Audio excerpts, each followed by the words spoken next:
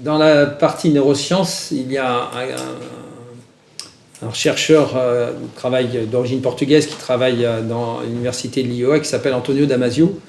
Il y a 25 ans, a mis en place une hypothèse qui semble se révéler juste en parlant de marqueurs somatiques. C'est-à-dire qu'on reçoit une information, cette information est une réaction du corps qui va engendrer cette réaction, ce qu'il appelle une émotion, et qui ensuite va déboucher sur un sentiment.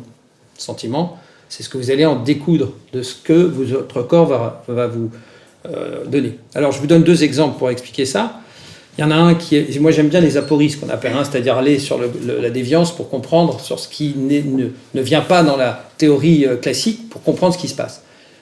Vous avez un garçon qui est un Asperger, qui s'appelle Daniel Tammet, vous l'avez peut-être lu, qui a écrit plusieurs livres, dont un qui s'appelle, son premier d'ailleurs, « Je suis né un jour bleu ». Et il raconte que, donc il est brillantissime, il a appris l'islandais en 8 jours, ce qui est pour tout le monde infaisable, et il a une puissance mathématique qui fait qu'il est considéré comme un génie, peu importe. Il n'a pas la notion de ce que sont les émotions en tant qu'Asperger, il ne sait pas pourquoi dans sa famille, quand on s'engueule, pourquoi on pleure et pourquoi il y a tout ça. Et un jour, à l'école, enfin au lycée, lors de la rentrée, il y a un garçon qui arrive dans sa classe et il dit « Mon regard s'est posé sur lui, subitement je me suis mis à transpirer, ma respiration est devenue plus rapide, mon cœur s'est mis à battre plus vite, j'avais mal au ventre et je me suis dit que si mon regard posé sur lui m'induisait ça dans mon corps, c'est que j'étais attiré par les garçons, donc je suis homosexuel. » Il vit avec un garçon et la première fois de sa vie où il a découvert une émotion, c'est quand il a découvert le petit chat de son ami mort. Pour la première fois de sa vie, il a une larme. Donc je vous invite à lire le livre, il raconte ça. Et puis une deuxième expérience qui s'est passée à la Pitié-Salpêtrière, c'est on fait beaucoup de neurostimulation chez les gens qui sont parkinsoniens. Et là, le collègue qui a fait la neurostimulation s'est trompé de 2 mm. Et là, la personne a ressenti quelque chose dans son corps. Et elle s'est sentie vidée, alors qu'elle n'avait jamais été considérée comme dépressive par sa famille, pour elle. Elle se sent pas bien dans son corps.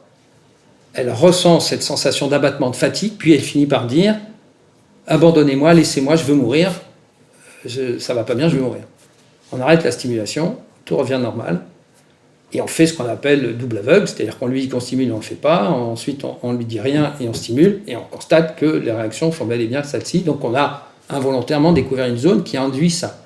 Et donc il y a un langage du corps, c'est ce que j'ai discuté tout à l'heure avec la collègue, il y a un langage du corps qui entraîne ensuite une réaction avec laquelle l'interprétation sentimentale, la culture, l'éducation, tout ce que vous voulez, va ensuite en faire quelque chose.